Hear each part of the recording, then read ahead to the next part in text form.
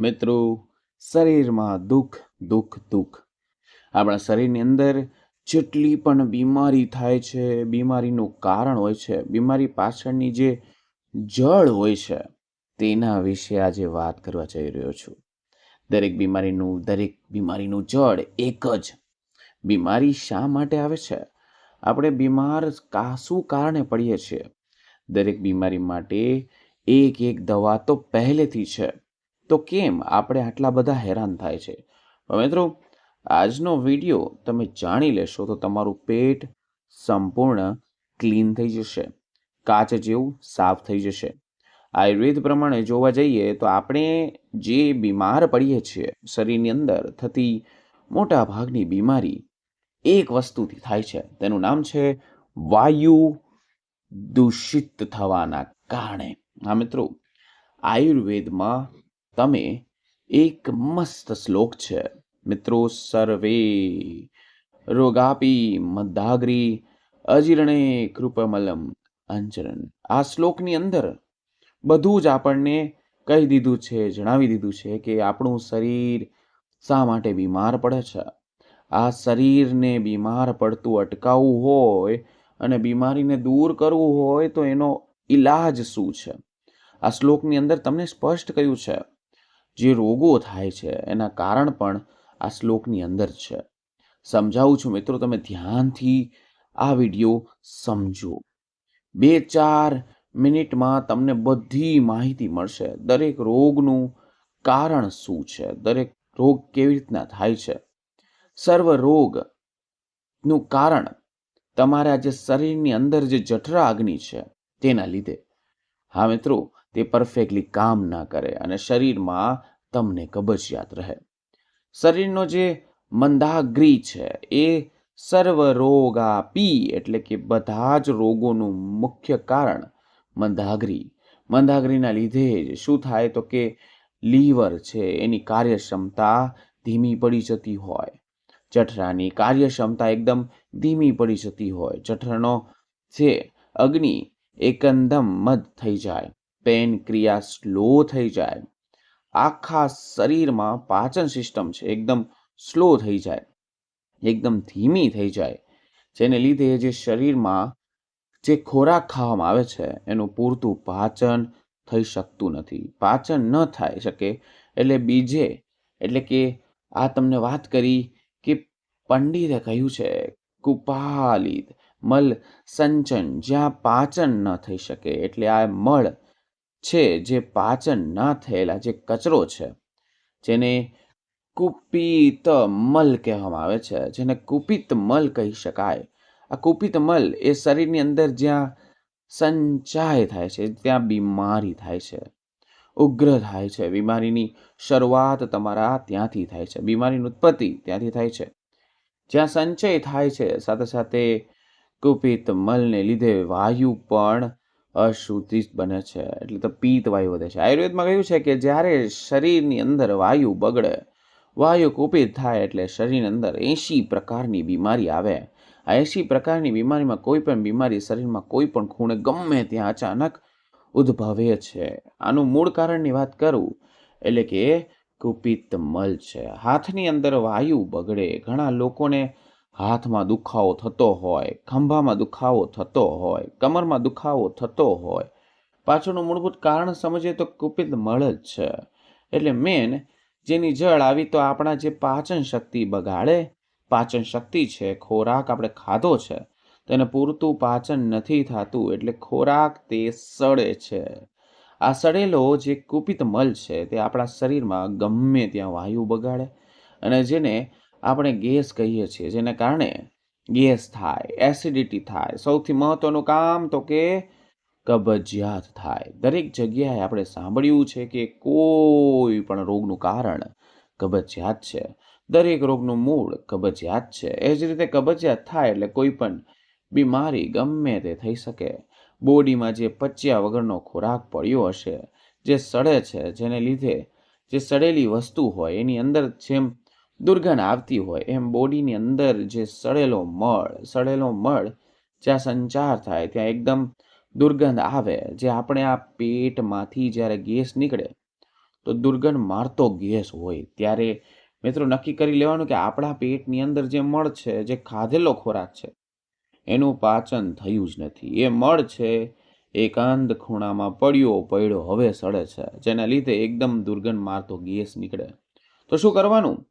આની પહેલા કહી દઉં કે મંદાગ્નિ શા માટે થાય. એક તો જો લોકો શરીરમાં, જે લોકોના જીવનમાં પરિશ્રમનો અભાવ હોય, એટલે કે કામ ના કરતા હોય, બેઠાડું જીવન હોય, પરિશ્રમ વગરની જિંદગી મંદાગ્નિનું સૌથી પહેલું પગથિયું છે, પહેલું કારણ છે, પહેલું જવાબદાર છે.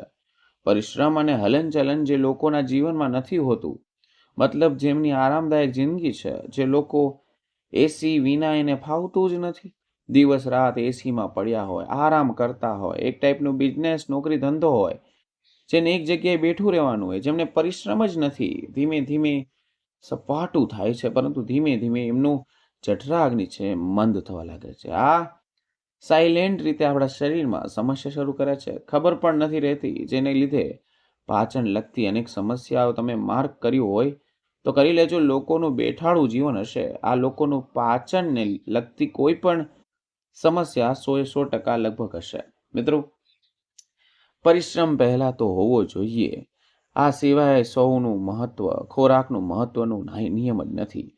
લોકોની લાઈફસ્ટાઈલ થોડીક સારી એવી હોય, જે લોકો પ્રીમિયમ જિંદગી જીવતા હોય, એમનો ખોરાક પણ થોડોક પ્રીમિયમ હોય છે. જે લોકો મતે કેમ આ લોકો માનતા નથી તે નથી ખબર.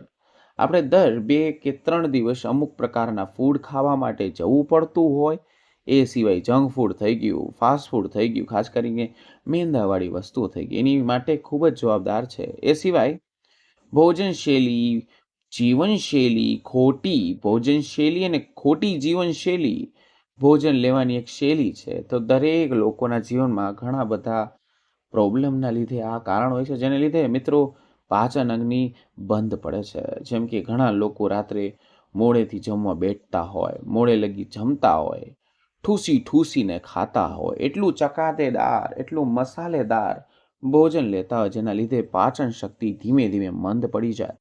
આ સિવાય ઘણા લોકો ભોજન લઈને ઊભા થાય એટલે એક સમાટું, એક લોટો પાણી પી જાય, જેને લીધે પાચન અગ્નિ છે તે બગડવા લાગે, પાચન સિસ્ટમ આખી ડેમેજ થઈ જાય, બગડી જાય, લીવરની કાર્યક્ષમતા એકદમ ધીમી પડી જાય. આવી કુટેવ એટલે કે મિત્રો આવી હોય તો તમારી જીવનશૈલી તો બગડવાની જ છે. જીવનશૈલીની વાત કરીએ તો ઘણા લોકોની જીવન એવું હોય કે ભોજન લેવાની કોઈ ટાઈમ ફિક્સ ન હોય, નિયમિતતા ના હોય. ક્યારેક સવારે જમતા, ક્યારેક 11 વાગે જમે, બપોરે 3 વાગે જમે, રાત્રે 9 વાગે જમે, કોઈ ટાઈપ ફિક્સ ના હોય, જેના લીધે પાચન ક્રિયા એકદમ સ્લો થઈ જાય, જેને લીધે અગ્નિ બગડે છે. જ્યારે જઠરાગ્નિ બગડે ત્યારે મિત્રો પાચન ક્રિયા ખરાબ થવાના લીધે, વાયુ દૂષિત થવાના લીધે શરીરમાં કોઈ પણ બીમારી ગમે ત્યાં થઈ જાય છે.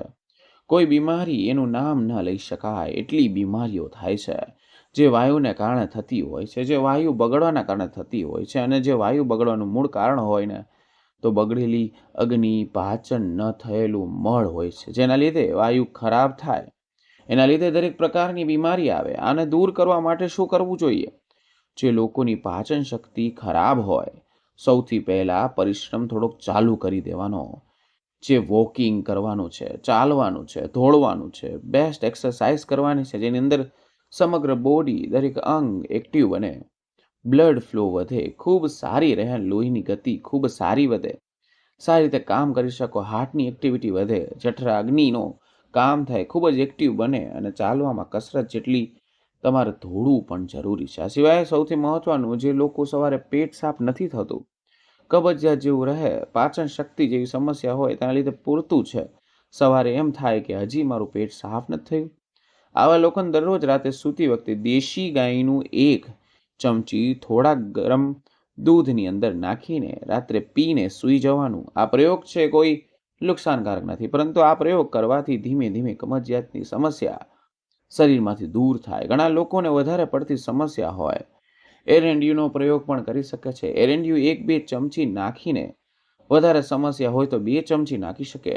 ગરમ દૂધમાં નાખીને પીવાથી, ગરમ દૂધ ન ફાવે તો પાણીમાં નાખીને રાત્રે સૂઈને પીવાથી આખું પેટ, આંતરડાની સફાઈ થાય છે. પરંતુ એરંડિયું કાયમી લેવાનું નથી, એ કાયમી ઇલાજ નથી. થોડાક ટાઈમ માટે ધીમે ધીમે ઓછું કરીને બંધ કરી દેવાનું. એર ઇન્ડિયાની ઘણી વખતે ટેવ પણ પડી જાય. એ સિવાય તમે અતિ મેજર સમસ્યા હોય, કબજિયાતને પેટ સાફ ન થવું, અંતે ગંભીર સમસ્યા આવે તો લોકો આયુર્વેદની એક થેરેપી જેને કહેવાય છે પંચકર્મથી ગમે તેવી કબજિયાત હોય તે દૂર થઈ જાય. આખું શરીર તેની સફાઈ થાય. એટલે આ કેટલાક ઉપચાર હતા જેનાથી સમસ્યા દૂર થઈ શકાય. બાકી તમારી જીવનશૈલીમાં જનશૈલી બનાવો, કામની વસ્તુ બનાવો. મિત્રો, આ બધી વસ્તુ છે પહેલાં તો કબજિયાતને દૂર કરવાની છે, જે મેં તમને 2-3 ઉપાય કહ્યા. શું તમે ક્યારે અનુભવ્યું છે કે હેલ્ધી ખોરાક લ્યો છો છતાં પણ તમને આળસ લાગે, થાક લાગે? શું જમ્યા પછી તમને પેટ ભારી લાગે, છાતીમાં બળતરા થાય, ખાટા ઓડકાર આવે? ઘણા લોકો એને સામાન્ય માનીને અવગણે છે, પણ શું તમે જાણો છો કે આ બધી સમસ્યા જ્યારે તમારી પાચન તંત્ર નબળું હોય ત્યારે થાય? તો તમારું પાચન તંત્ર નબળું હશે, બરાબર એ રીતે જ કામ નહીં કરે. આ બધા પોષણ આપનારી વસ્તુઓ તમારા શરીરની અંદર ઝેર પેદા કરી શકે છે.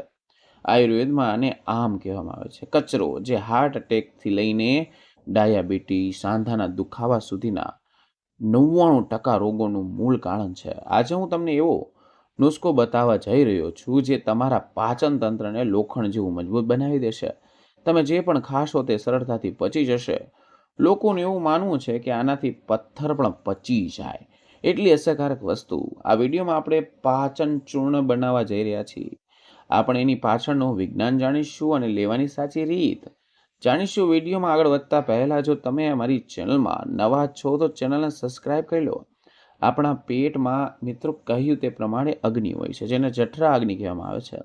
આ જઠરા અગ્નિનું કામ ખોરાકને પચાવીને તેને ઉર્જામાં બદલવાનું કામ કરે છે. આધુનિક વિજ્ઞાન મુજબ જ્યારે આપણે કંઈ પણ ખાઈએ છીએ ત્યારે આપણું લીવર અને પ્રેકિયાઇસ એટલે કે સ્વાદ પિંડ પાચન ઉચ્ચકિતો પિંડ છોડે છે. જે લોકો જઠરા અગ્નિને મન પડી જતી હોય, ઉચ્ચકિતો બરાબર કામ નથી કરતા, એટલે તમારું ખાવાનું પચવાને બદલે ધીમે ધીમે સડવા લાગે. આ સડો વાયુ જ છે મિત્રો, જે તમારા શરીરમાં બધી જગ્યાએ ફરવા લાગે. એના લીધે માથાનો દુખાવો થાય, સાંધાના દુખાવા થાય. જેથી પાચન સુધારવાનો અર્થ તમારા શરીરની અંદર જે જૈવિક આગ ફરીથી સળગાવો. ચાલો હવે આપણે બનાવીએ આપણું મેજિકલ ડાયજેશન સિસ્ટમ પાવડર. આ પાવડર બનાવવા માટે 5 કુદરતી વસ્તુની જરૂર પડશે, જે તમારા રસોડાની અંદર હાજર છે. હા મિત્રો, પહેલી વસ્તુ લેવાની છે અજમો. અજમો તમારે 2 ચમચી લેવાનો છે. અજમાની અંદર થાઇમોલ નામનું તત્વ હોય, જે તમારી એસિડિટી અને ગેસમાં એકદમ બૂસ્ટર જેવું કામ કરે, સારું કામ કરે છે. બીજી વસ્તુ તો કે જીરું. તમારે 2 ચમચી લેવાનું છે. જીરું લેવાને એક્ઝામ્પલ બનાવવા માટે સિગ્નલ, હા મિત્રો, સિગ્નલ આપે છે. તમારે શરીરને સિગ્નલ આપીને આગળ વધારે છે. બીજી વસ્તુ વરિયાળી. વરિયાળી તમારા પેટની ચરબી, હા મિત્રો, તે પણ નષ્ટ કરવાનું કામ કરે છે અને ગરમી પણ, બળતરા પણ શાંત કરે છે. પેટ ફૂલો સમસ્યાને ઓછું કરે છે. ચોથી વસ્તુ સૂંઠ. તમારે 1 ચમચી લેવાની છે સૂંઠ. સૂંઠ જૂના જમાનામાં કફને, હા મિત્રો, કફને જૂના જમાનામાં ગેસને બહાર કાઢે છે. 5મી વસ્તુ સંચળ. સંચળ તમારે 1 ચમચી લેવાનું છે. સંચળ પાચક રસોને એક્ટિવ કરે છે, જેનાથી આપણું પાચન ઝડપથી બને છે. સૌપ્રથમ તમારે 1 પાનમાં જીરું અને વરિયાળીને શેકી લેવાનું. 2 થી 3 મિનિટ માટે તમારે એને ધીમા તાપે શેકવાનું છે. યાદ રાખો, તેને બહુ વધારે લાલ નથી કરવાનું, બસ તેને સુગંધ આવવા લાગે ત્યાં સુધી તેને શેકવાનું છે. શેકવાથી આ બીજમાં રહેલા કુદરતી તેલ સક્રિય થાય. હવે આ મિશ્રણને ઠંડુ થવા દો. ત્યારબાદ સૂંઠ અને સંચર ઉમેરી દો. મિક્સરમાં ઝીણો પાવડર બનાવી લો. આ પાવડરને કોઈ કાચની એર ટાઈટ બંને તેટલી ભરી દો. આ વસ્તુ સેવન કરવાની સાચી રીત કહું તો કોઈ પણ દવા કેટલી પણ સારી કેમ ના હોય, જો તમે એને ખોટી રીતે લો તો એ તમને કોઈ પણ ફાયદો નહીં કરે. આ પાવડર લેવાની શ્રેષ્ઠ રીત છે બપોરે અને રાત્રે જમવાના 20 મિનિટ બાદ. તમારા પાવડરની અડધી ચમચી હુંફાળા પાણી સાથે અંદર મિક્સ કરીને ધીમે ધીમે પી લેવાની છે. આ પાવડરને તમારે હુંફાળા પાણી સાથે લેવાનું છે. જ્યારે તમે હુંફાળા પાણી સાથે પાવડરને લો છો તો આની શક્તિ 10 ગણી વધી જાય.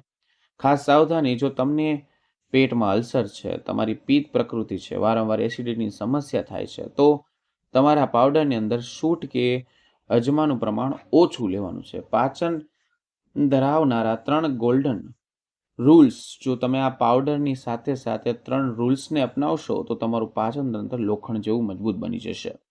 આમે તો સૌથી પહેલા ચાવીને ખાઓ, ખાવા લાયક વસ્તુને ખાઓ અને પીવા લાયક વસ્તુ ચાવો. એમ કહેવાય છે, ખોરાકને મોઢામાં રાખીને બરાબર ચાવો જ્યાં સુધી એકદમ પેસ્ટ બની ના જાય. અને તમે ચાવીને છો ત્યારે લાળની અંદર જે એક્ઝામે રહેલ છે તે આપણા ખાવાને મોઢાની અંદર જ અડધું પચાવી દે છે. એટલે કે ચાવીને ખાવું ખૂબ જરૂરી છે. બીજું, જમતી સમયે પાણી પીવું. જ્યારે આપણે જમતી સમયે પાણી પીએ છીએ, જઠરા અગ્નિને પણ પાણી રેડવા બરાબર છે. પાણી પીવાથી આપણી જઠરા અગ્નિ બુઝાઈ જાય છે, એટલે ખાવાનું પચાવવા માટે અગ્નિની જરૂર પડે છે. એ હોતી નથી, એટલા માટે જ આપણું પાચન તંત્ર સારી રીતે કામ કરતું નથી. એટલે તમારે જમવાના 45 મિનિટ બાદ પાણી પીવું જોઈએ. જમ્યા બાદ 10 મિનિટ પછી વજ્રાસનમાં બેસવાનું. આ એક જ એવી આસન જે જમ્યા બાદ કરી શકાય. આ આસન પાચન તંત્રના લોહીના પ્રવાહને વધારે છે. તમારું પાચન તંત્ર સારી રીતે કામ કરશે, ખાવાનું સારી રીતે પચી જાય છે અને પાવડરના લીધે 3 દિવસમાં તમને અનુભવશો કે તમારું પેટ એકદમ હળવું થઈ ગયું, તમને ખૂબ સારી ભૂખ લાગે, તમે જે પણ ખાવાનું ખાઓ છો તે ઝડપથી પચી જાય. જુઓ, જ્યારે તમારું પાચન તંત્ર સારી રીતે કામ કરે તો સૌથી પહેલા તમારો જો ગેસની સમસ્યા હોય તે દૂર થાય, કબજિયાતની સમસ્યા દૂર થાય, પેટ હળવું લાગે. મિત્રો, આજનો આ સરળ ઉપાયને શરૂ કરો, તમારા પાચન તંત્રને મજબૂત બનાવો. આ વિડીયો ગમ્યો હોય તો વિડીયોને લાઇક કરો, ચેનલ સબસ્ક્રાઈબ કરો અને તમને ક્યાં શરીરના દુખાવા છે તે કમેન્ટ સેક્શનમાં જરૂર કહો. હું તેને પર્સનલી એને ઉપાય કહીશ. તો મિત્રો, ફરી મળીશું નવા વિડીયો નવા ટોપિક સાથે. ત્યાં સુધી બધાને મારા હર હર મહાદેવ અને રાધે રાધે.